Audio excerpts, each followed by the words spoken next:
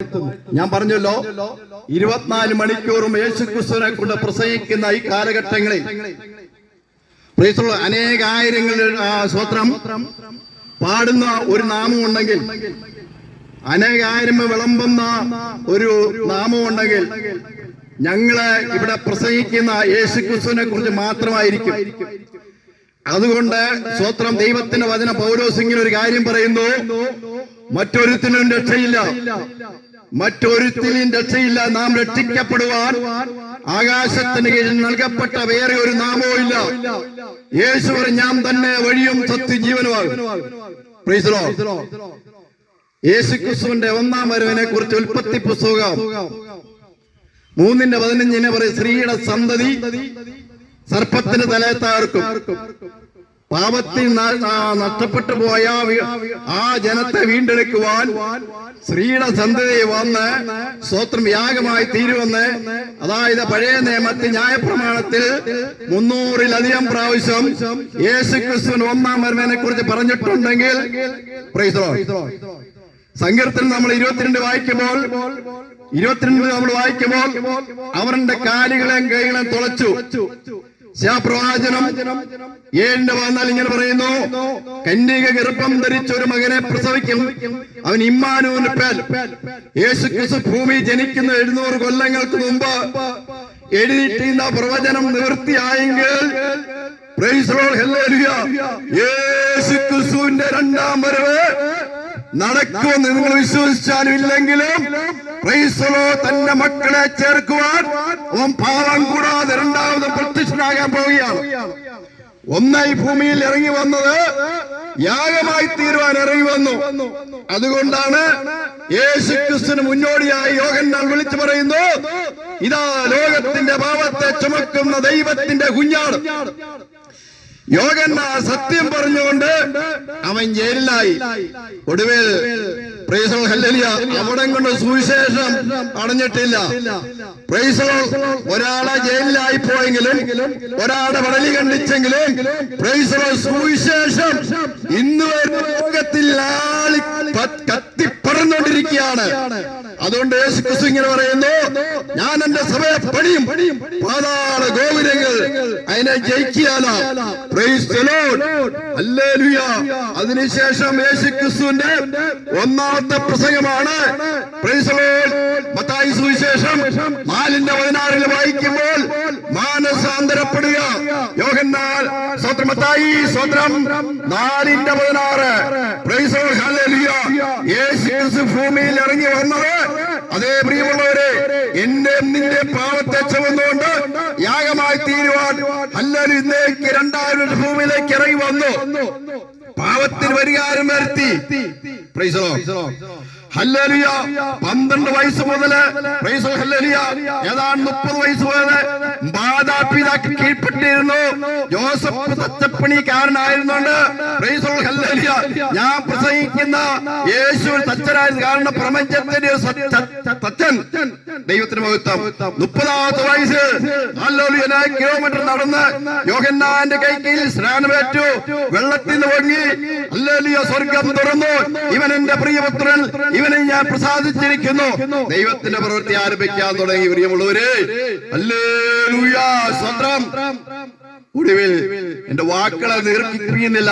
Price the Lord, ഒന്നാം വരവ് സംഭവിച്ചെങ്കിൽ രണ്ടാം വരവ് ഉണ്ടാവും. Praise the lord, hallelujah. 33 തിരുവയസ്സിൽ, ഹല്ലേലൂയ, യേശുക്രിസ്തു തന്നെ ഏൽപ്പിച്ചു കൊടുത്തു യഹൂദന്മാരുടെ കയ്യിൽ. Praise the lord. എന്തിനാണെന്നറിയാമോ? നമ്മൾ ഓരോരുത്തരും പാപികളാ. പാപത്തിന്റെ ശമ്പളം മരണമായ ആ മരണത്തെ നീക്കും വേണ്ടി പ്രൈസ് ദി ലോർഡ് ന്യായപ്രമാണത്തിൽ പറഞ്ഞിരിക്കുന്ന അതേ യാഗം, യേശുക്രിസ്തുവിന്റെ യാഗം മുൻകൂട്ടി പറഞ്ഞിരിക്കുന്ന തിരുവചനത്തെ നിവൃത്തിയായിട്ടുണ്ടെങ്കിൽ, ഹല്ലേലൂയ, ദൈവത്തിന് മഹത്വം, ഹല്ലേലൂയ. കാൽവരിയിൽ അതെ യഹൂദന്മാരെ പിടിച്ചു. കണ്ണുകെട്ടി അടിച്ചു. നീ ഹല്ലേലൂയ പ്രവചിക്കുക, നിന്നെ തല്ലിതാരെ 39 അടി ഒന്നിനൊന്നായി അടിച്ചു വലിച്ചു കീറിയപ്പോൾ ഹല്ലേലൂയ അതിലെ പ്രവചനം അവരെന്റെ മുതുക ഒഴിവുചാൽ പോലെ നീളത്തി കീറി. ഹല്ലേലൂയ ദൈവത്തിന് മുഖത്താവ് ഒടുവില് ഹല്ലേലൂയ കർത്താവ് സ്തോത്രവനെ മുഖത്തെ രോമെല്ലാം ഒന്നൊന്നായി പിടിച്ച് പറിച്ചെടുത്തു. ഹല്ലേലൂയ അവർ മുഖത്ത് കാർക്കിച്ച് വെപ്പി. കർത്താവിന് മുഖത്തുമുണ്ടായിരിക്കട്ടെ. ഒടുവിൽ ഹല്ലേലൂയ വലിയൊരു ഒരു മുൾക്കിരീടം മെടഞ്ഞ് കർത്താവിന്റെ തലവെച്ച് ആഞ്ഞടിച്ചു. യഹൂദന്മാരുടെ രാജാവ് ജയ ജയ എന്ന് കളിയാക്കി. ഏതാണ്ട് 150 കിലോ ഭാരമുള്ള മരക്കുരിശ് ചുമന്നുകൊണ്ട് വീണും എഴുന്നേറ്റും അപ്പം തിന്നോരില്ല, ആ അത്ഭുതം കണ്ടോരില്ല. ഇവരെല്ലാം ഓടി മറിഞ്ഞപ്പോ താൻ ക്രൂശും വഹിച്ചുകൊണ്ട് സകല പാവത്തെ ചുമന്നുകൊണ്ട് ലോകത്തിന്റെ മുഴുപാവത്തെ ഏറ്റവും ശാപം മരണ രോഗം സകലവും വഹിച്ചുകൊണ്ട് താനെ ക്രൂശും വഹിച്ചു ഗോൽഗോത്താൽ മലയിൽ 3 ആണികളാൽ തറയ്ക്കപ്പെട്ടു. ആശാരിമാരെ ഈ കോഴിക്കോടിന് അടിക്കുന്ന ആണിയല്ല, അതേ സ്വത്രം ഇരുമ്പാണികളെ ചതുരപ്പെട്ട 6 ഇഞ്ച് നീളത്തിൽ കാലും കൈ വിരിച്ചു കൊടുത്തു. യഹൂദന്മാർ ആഞ്ഞടിച്ചു. ഭയങ്കരമായ ആ നരകത്തിന്റെ ശിക്ഷ ദൈവപുത്രൻ ഏറ്റെടുത്തു. അതുകൊണ്ട് യോഹന്നാൻ ഹല്ലേലൂയ 1:12 പറഞ്ഞു, അവന്റെ സ്വത്രം കൈക്കൊണ്ട് അവന്റെ നാമത്തിൽ വിശ്വസിക്കുന്ന ഏവർക്കും ദൈവമക്കളവൻ അധികാരം നൽകി. അവനെ കൈക്കൊണ്ട് അവന്റെ നാമത്തിൽ വിശ്വസിക്കുന്ന ഏവർക്കും നീ മാനസാന്തരപ്പെടുന്ന വ്യക്തി പിതാവിന്റെ പുത്രന്റെ പരിശുദ്ധാത്മാവിൽ സ്നാനമേൽക്കണം. സ്നാനമേറ്റാൽ പോരാ, പരിശുദ്ധാത്മാ അഭിഷേകം പ്രാപിക്കണം. അപ്പഞ്ഞൂർക്കണ കൂട്ടായ്മയായിരിക്കണം. സത്യത്തിലും ആത്മാവിനും ആരാധിക്കുന്നു. ഒരു കൂട്ട ജനത്തെ ചേർക്കുവാൻ അവനിതാ പാപം കൂടാതെ രണ്ടാമതും പ്രത്യക്ഷനാകാൻ പോവുകയാണ്. ഇങ്ങനെ പറയുന്നു, ഇവർ ചെയ്തത് എന്തെന്നാൽ ഇവരോട് ക്ഷമിക്കണമെന്ന് പറഞ്ഞുകൊണ്ട് താനെ പിതാവിന്റെ കയ്യില് പ്രാണനെ ഏൽപ്പിച്ചു. മരിക്കുവാൻ തക്കെ ഇവിടെ ആയി തീർന്നു. അവിടെ കൊണ്ട് അവസാനിച്ചില്ല. ആ സമയത്ത് സൂര്യൻ ഇരുണ്ടുപോയി, പാറകളെ പിളർന്നു, ഇരുട്ടുണ്ടായി. സ്വത്രം മരിച്ച വിശുദ്ധന്മാരുടെ ശരീരം ഉയർത്തെഴുന്ന പട്ടണത്തിൽ ചെന്ന് പ്രത്യക്ഷനായി.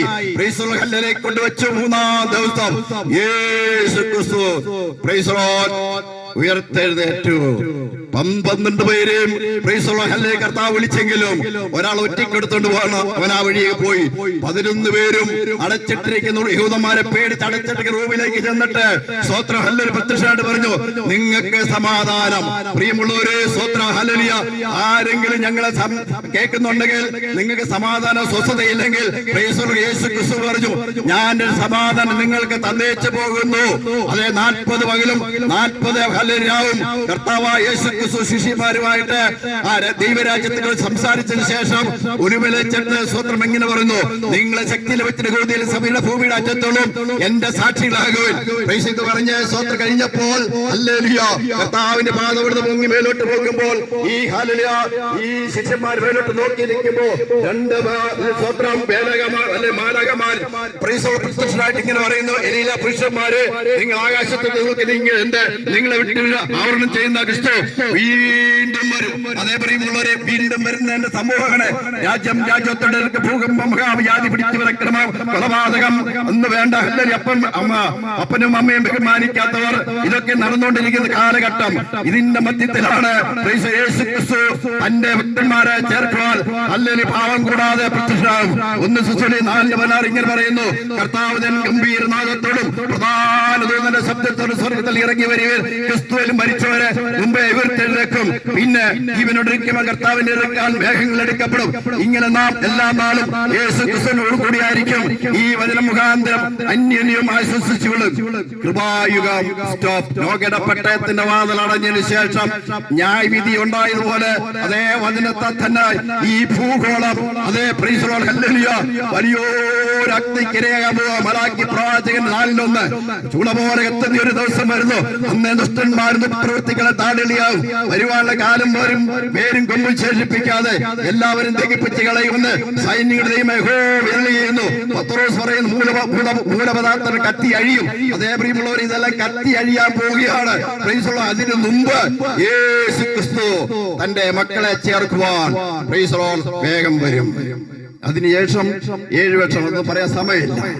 7 വർഷം കഴിഞ്ഞതിന് ശേഷം മഹാഉദര പീഡനകാലം, അന്തിക്രിസ്തുവിന്റെ കാലം, ഇതിന്റെ മധ്യത്തിൽ അവസാന കാലം. ഇവിടുന്ന് എടുത്ത വിശുദ്ധന്മാരും കർത്താവ് സ്വന്തം ഭൂമിയിലേക്ക് ഇറങ്ങി വരുന്ന രംഗം. ഇങ്ങനെ ലൂക്കോസിന്റെ സുവിശേഷം 21-ന്റെ 27 അതെ ഇറങ്ങി വരുന്ന രംഗം കാണാം. അതേ പ്രിയമുള്ളവര്, കുത്തിവെങ്കിലേക്ക് നോക്കുന്ന പ്രവചനം പ്രവചനം 12-10, അതുപോലെ തന്നെ വെളിപ്പാട് പുസ്തകത്തിലും അതേ വചനം കേൾക്കുന്നു കാണുന്നു. അതേ പ്രിയമുള്ളവര്, അന്നേ വെള്ളം ഉണ്ടെങ്കിലും അവിടെ കിടക്കത്തേ ഉള്ളൂ.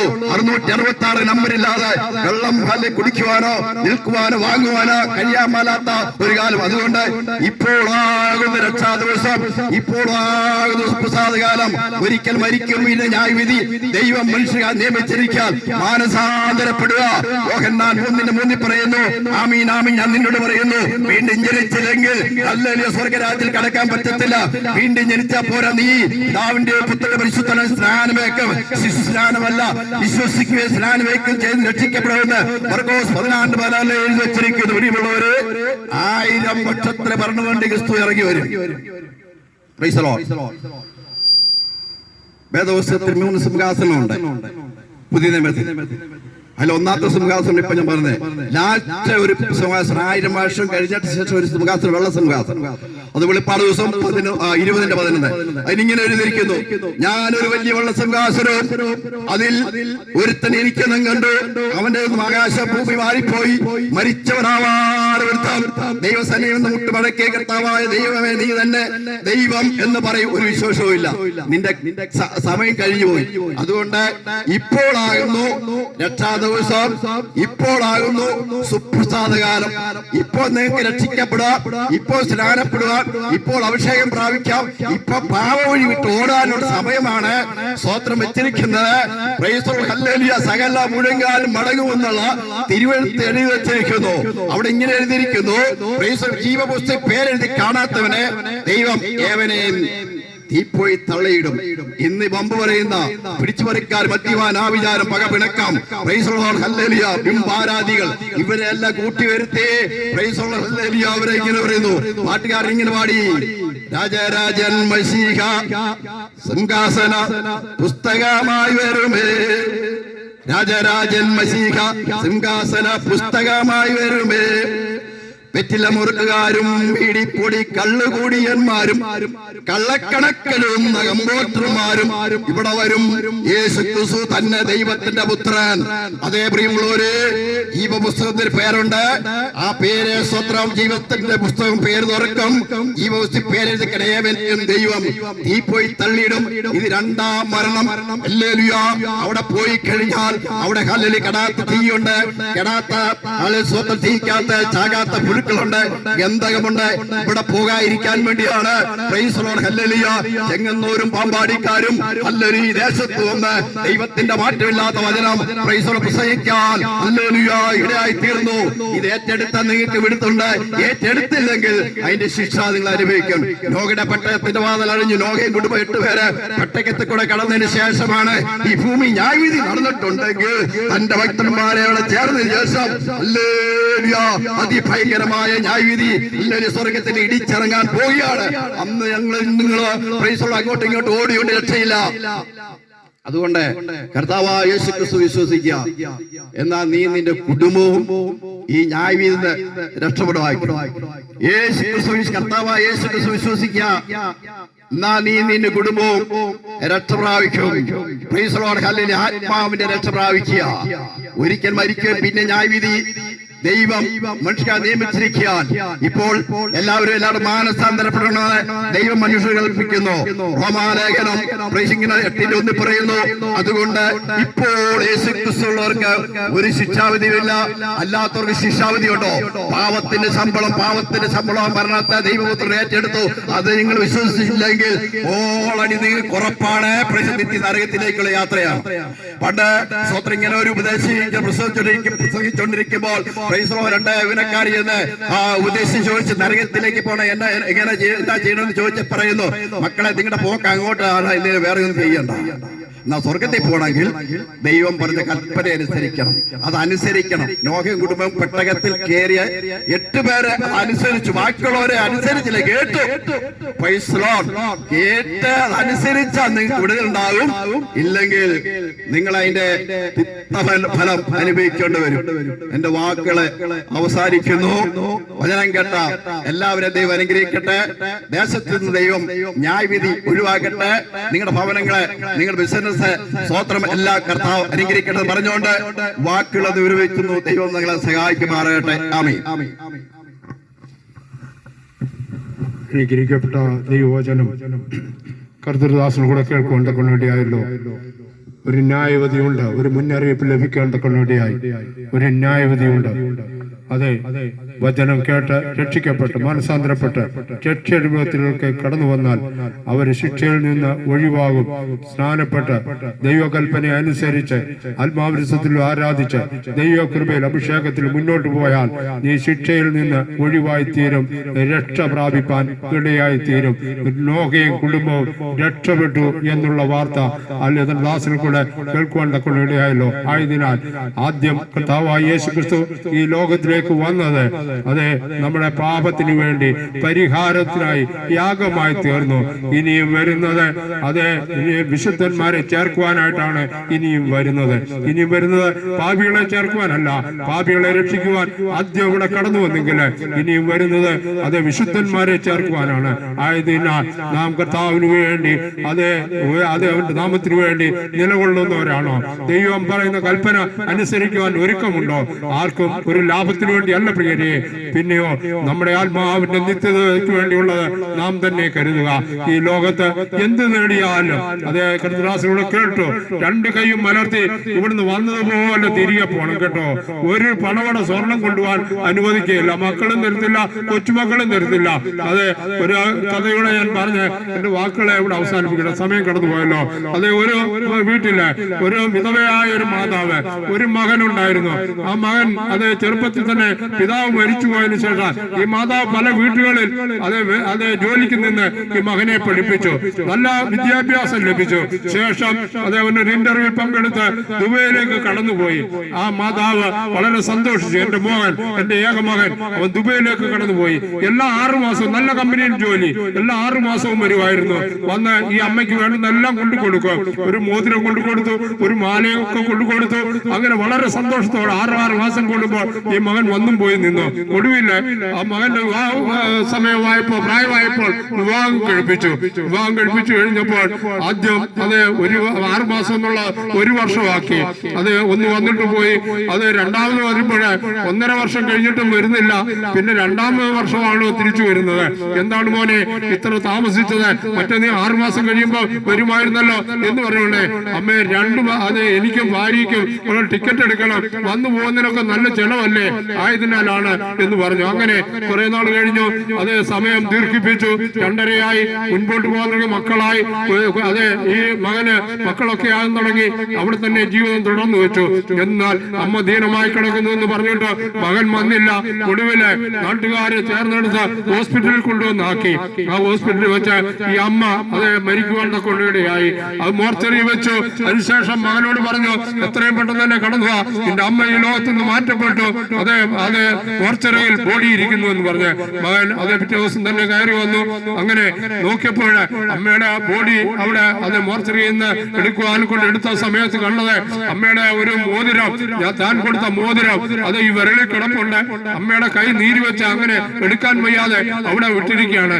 എന്നാൽ അത് കട്ടറെ വിളിച്ച്, ഇത് കട്ട് ചെയ്യുന്ന ആളിനെ വിളിച്ച് ആ വിരളിന്റെ സൈഡിലൂടെ കട്ട് ചെയ്ത് ആ മോതിരം എടുത്തു മാറ്റുവാൻ ഇടയായി തീർന്നു. പ്രിയരെ, മക്കളുടെ സ്നേഹം ഇത്രയേ ഉള്ളൂ കേട്ടോ.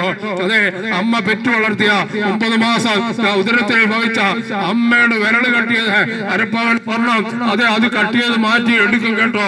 ഇത്രയേ ഉള്ളൂ ഈ ലോകത്തിലെ സ്നേഹം.